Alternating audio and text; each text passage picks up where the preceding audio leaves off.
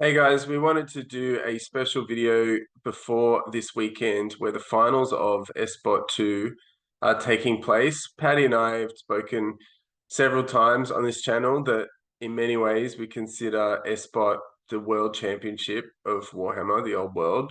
It's where players play, in my mind, to break the game with on Warhol, a platform online where exact measurements and the game in its most abstract form can take place. But you're also finding that this was the largest tournament that the world has seen for the old world. I think close to 150 players in the end stuck it out. And it had a pretty grueling run where to get to this point in the final, I think you've had to win 6 consecutive games. So there was a cutoff to make the elimination rounds that you needed to go undefeated. More so, you need to go undefeated with one of the best kill point ratios, and some players who had won 3 games missed out to get to this point. From there's been a round of 16 where you had to win to get to 8 to 4 and now to 2. And the two players left, interestingly enough, are both playing Warriors of Chaos. So Adam Slutsky, you may have heard of before, has won GTs in real life, has placed well in others, and has been on channels of the internet talking about his Warriors of Chaos army, running, I wouldn't say in many ways it is a conventionally powerful Warriors of Chaos list, but I think Adam deserves much of the credit for refining that to what is probably now the default of the Warriors of Chaos army when you're running a Chaos Lord on a dragon.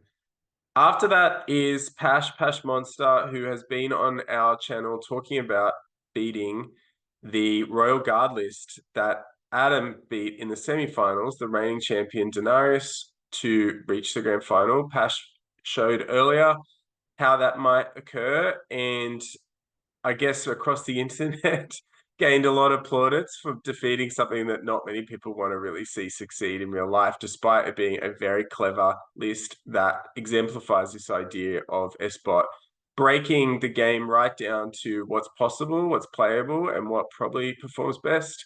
So, to get to the point though, as the title suggests, there are features in these lists that we want to highlight.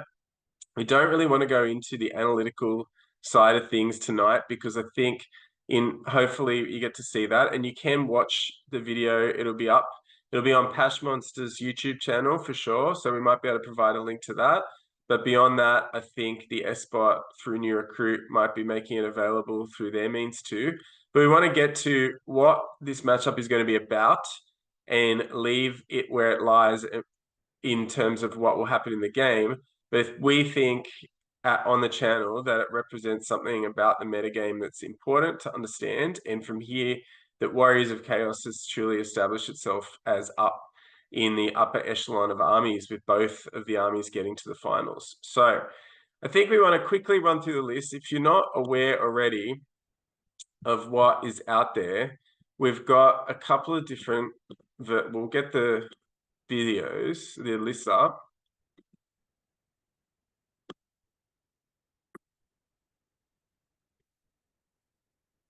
On the screen, you'll be able to see Adam's list. If this is the same list he's been running for a while, you can see a Chaos Lord on a dragon, Mark of Nurgle, Ogre Blade, 3 Favor of the Gods, the Brazen Collar, Enchanting Aura. There's a Sorcerer Lord, Mark of Tzeentch, level 4, Armor of Meteoric Iron, Spell Familiar, and the Infernal Puppet. 10 Forsaken by Slanesh, 7 Forsaken by Slanesh, 10 Marauder Horsemen with the Mark of Tzeentch with full command. He's also got 6 Chosen Knights who are drilled and 4 Dragon Ogres with great weapons and heavy armor. On the other hand, Pash has a Chaos Lord on a steed, and the steed has the Ogre Blade, Mark of Nurgle, 2 Favors of the Gods, the Paymaster's Coin to reroll attacks, and the Enchanting Aura. And then he has 2 level 4 sorcerers, the Mark of Tzeentch, Battle Magic, Spell Familiar, Infernal Puppet with the Ruby Ring of Ruin, and a Demonology caster that has a Spell Familiar, Tome of the Dark Gods, and 1 Favor of the Gods. He then has 10 Chaos Knights in core, and their Mark of Chaos Undivided has the Icon of Darkness, which makes them harder to be shot at. The 6 Warhounds or 2 units of 6 Warhounds and 5 Marauder Horsemen with the Mark of Zinch. Then there are 2 Shartaks and 3 Dragon Ogres. Beyond that, there's a gigantic spawn as well that bears the Mark of Nurgle. So what we're looking at, I suppose, is what's common to these lists, we believe, are 3 really important things. The first one, as the title to this video showed, is the Master of Puppets, the Infernal Puppet being a format-defining magic item. So in this sense, it's about having the defense where you not only make spells really hard to cast, but more possibly miscasting on the other side. And this has an incredibly powerful effect, not only on lots of armies that are running level 4s, but the Tomb Kings armies out there that rely on casting a lot of spells. And not just that, but not breaking that sequence where they'll be able to, their magic phase might shut down and key spells that buff their, or are necessary to buff their army are lost. So both have the Infernal Puppet, and to Paddy and I, we believe this is the greatest point of impact across the list. Beyond that, the Battle Magic level 5 is also a big part of that. So bearing the Mark of Zinch for +1 to cast, but also having Spell Familiar to be able to have 5 spells.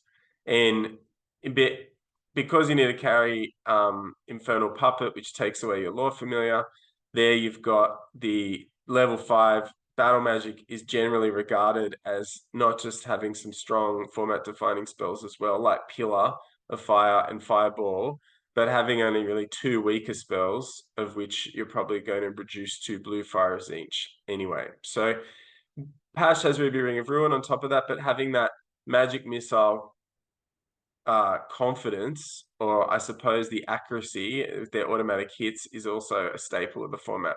Beyond that, the 3 Dragon Ogre blocks are common too, and we expect that these are the staples of the Chaos Warrior lists that you probably really need to think twice if you're not taking those things in a Warriors of Chaos army, and are probably the starting point for any sort of build that you're going for, and it's led to success or success in the highest competition that you can play in for the game for both of these guys.